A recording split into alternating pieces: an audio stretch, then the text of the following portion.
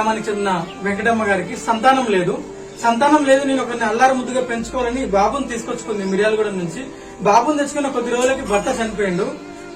భర్త చనిపోయినా సరే ఇంకా ఏదో పని చేసుకుంటూ బాబుని సాధింది.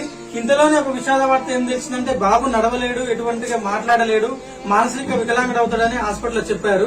ఇక్కడ ఇరుగు పొరుగు వాళ్ళు, వీళ్ళ బంధువులు కూడా ఈ కొడుకు ఎందుకమ్మా నీకు, నువ్వేం కనలేదు కదా, నీ రక్త మాంసంతో నువ్వు కనలేదు కదా, తీసుకెళ్లి ఎక్కడైనా రైల్వే స్టేషన్ లో బస్ స్టేషన్ లో పడేసాయి, ఎవరో ఒకరు వచ్చి తీసుకొని పోతారు, నీకు ఇతను బాధ అవుతుందని చెప్పారు.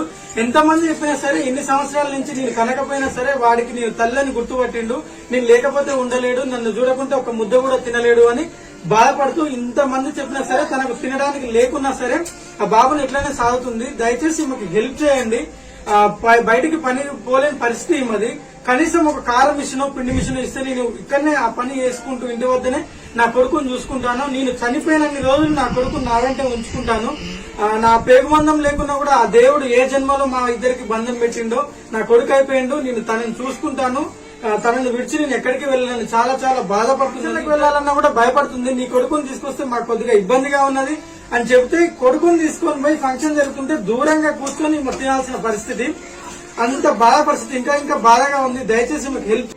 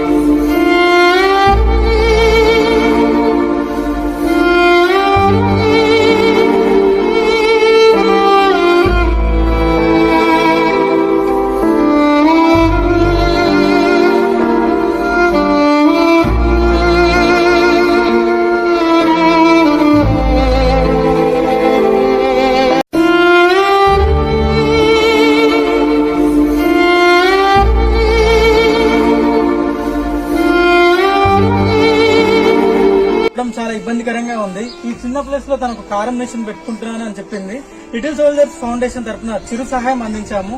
మీరు కూడా కొద్దిగా తోడ్పాటునిస్తే ఈ చిన్న స్థలంలో పిండి మిల్లి, కారం మిల్లి పెట్టుకుని తన కొడుకును కాపాడుకుంటూ కాలం వెళ్ళదీసుకుంటుంది. ప్లీజ్ దయచేసి అమ్మకి హెల్ప్ చేయండి, ఈ కుటుంబాన్ని కాపాడండి.